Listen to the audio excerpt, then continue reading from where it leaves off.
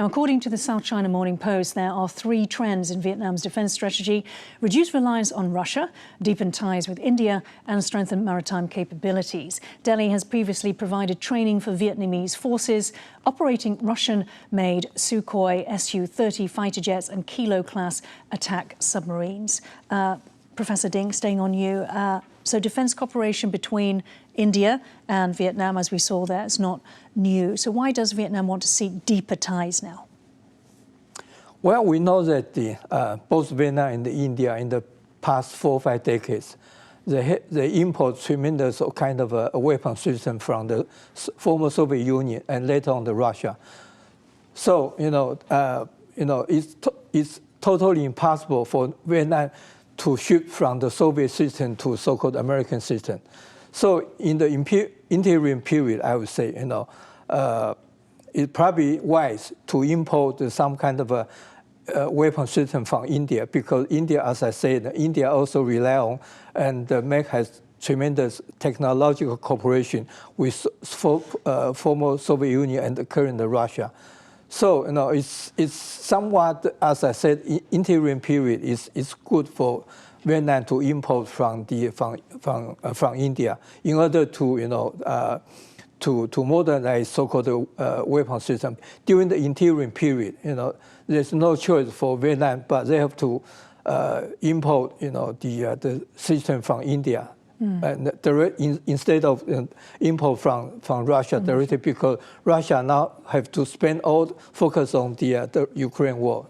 It's possible for Russia to provide weapons to Vietnam. Right. So India has in common systems, because they're also sort of Russia-based systems. Brian, to what extent is this BrahMos deal, do you think, a sign of India's rising status as a security partner in this region? Yeah, it's quite interesting, because that's definitely, I think, a point that India would like to strengthen itself. I think it is often forgotten that India does also have a stake in the Asia-Pacific. India is, for example, part of the Quad. And I think there's much more attention in past years to the tensions with China regarding disputed territory, for example, in Galwan and so forth. But India's capacity as a player in the Asia-Pacific regarding these maritime disputes, I mean, that's also quite interesting to think about. I think particularly there's this desire to avoid reliance on Russia. And again, Russia is quite tied up in a war right now.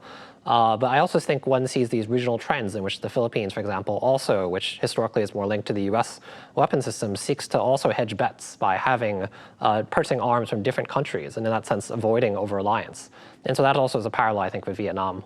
Right, and Brian, also the convergence of the strategic interests of not just, as we've spoken about, Vietnam and the Philippines, but also India. So not just the South China Sea, but also the Indian Ocean, the line of actual control in the Himalayas. Exactly. Yeah, so I think that'll be interesting to watch going forward if India becomes more assertive along these lines. Professor Ding, the BrahMos missile was developed by BrahMos Aerospace, which is a joint venture between Russia and India. Russia, obviously, is China's closest partner. So Indian media actually reported that Russia had unblocked the sale to Vietnam, allowing it to progress. It also didn't appear to block the sale to the Philippines. So how do you interpret that, considering the consequences for China? Well, I would say probably 2 reasons can explain. The first one is that because it's a kind of a joint venture between India and Russia. So if India sell BrahMos missile to both countries, then Russia can also get some kind of income from the arms sale from India to Vietnam and the Philippines. This is the first one. Second one is about the, as I say, the function of the BrahMos. It's more of a kind of tactical ballistic missile, and actually it's not so threatening for China. Because China now's military has grown, capability has grown so substantially. So actually, does not constitute a major threat for China's security.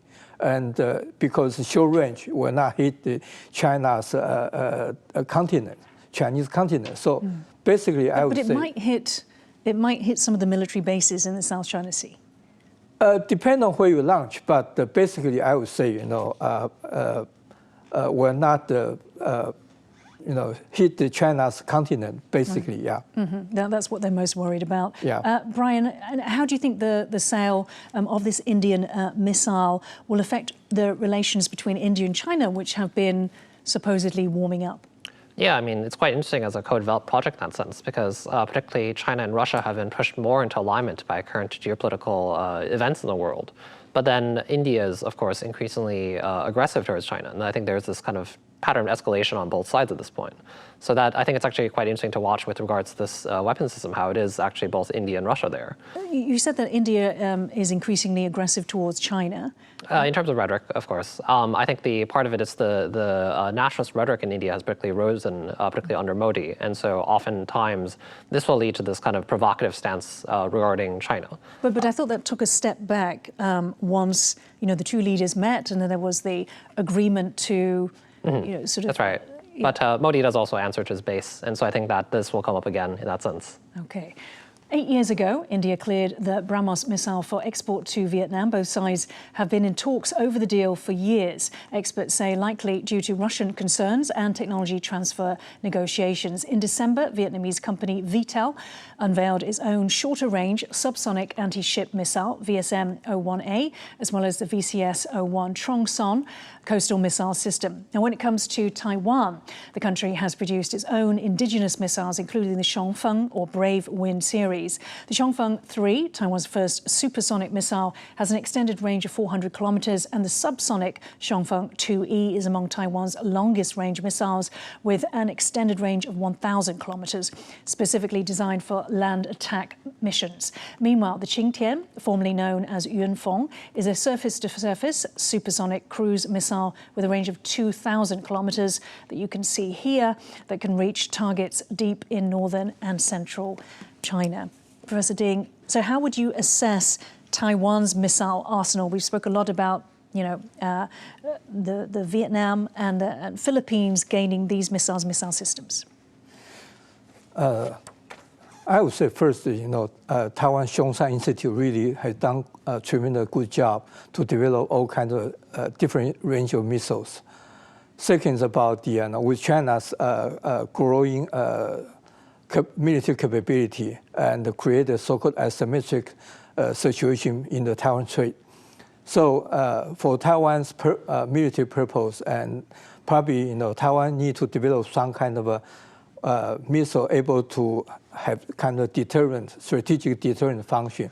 This is why Taiwan start to develop so-called Yunfeng, a little bit longer range, 2,000 kilometers or a little bit longer. We don't know, but actually it serves as kind of a little bit deterrent function, able to hit Beijing or other major assets in whole China.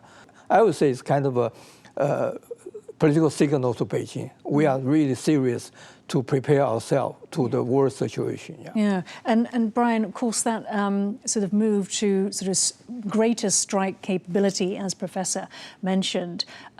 What have been the implications of that? I mean, greater deterrence on Taiwan's side, as Professor said, but how about in terms of the US, who is Taiwan's arms supplier? Yeah, that's right. And so it's often for signaling. Taiwan does, for example, make displays of its testing of new capabilities, but it doesn't get talked about too much because I think Taiwan particularly, of course, needs to avoid the perception that it is aggressive towards China in the way that leads to being seen as a provocateur in this case. And so I think it remains at that level, but it is something that I think is important to watch because Taiwan does need such deterrent capabilities as China, in the meantime, increases its own, because particularly then Taiwan is at risk from Chinese rocket attacks in the event of wartime, of course. And Professor Ding, what would you say have been the biggest drivers for Taiwan's defense industrial base that might differ or be in common with the Philippines and Vietnam? Oh, sorry, not the Philippines, India and Vietnam. Well, I would say, for Taiwan driver, as I said earlier, this kind of asymmetric situation in the Taiwan Strait. This first point. Second is about the, Taiwan is an island. Although island is hard for China to launch operations against us, but on the other hand, we could be very isolated. If China launch operations against us, so we're to produce as many or as much kind of different munition as possible. So this, I would say, this is the main driver for Taiwan to continue to strengthen, improve our defense industry capability. This is the main driver, and somewhat overlap with Vietnam and India. Yeah. Right, and so there is a sovereignty issue there that Brian. Yeah, I mean, of course, Taiwan cannot outcompete China in terms of spending or capacity there. But I think particularly similar to other countries in the region, there's this desire for more self-reliance or not to be so dependent on certain actors. And for Taiwan, of course, it's always the U.S., but then there's this desire to build up domestic capacity and capabilities that one has seen. But also systems that the U.S. simply does not want to sell to China. For example, the more counter-strike or offensive kind of weapons. Yeah, that's right. I think particularly there is that concern regarding Taiwan. I think there's some caution regarding Taiwan's history and what certain weapon systems in Taiwan's hands could lead to. But what we want to see is that's different, I think, between Taiwan and other countries in the region is the, again, push towards asymmetric, because countries are dealing with gray zone activity that is still reliant on symmetric means of warfare and traditional weapons platforms to deter that in that sense.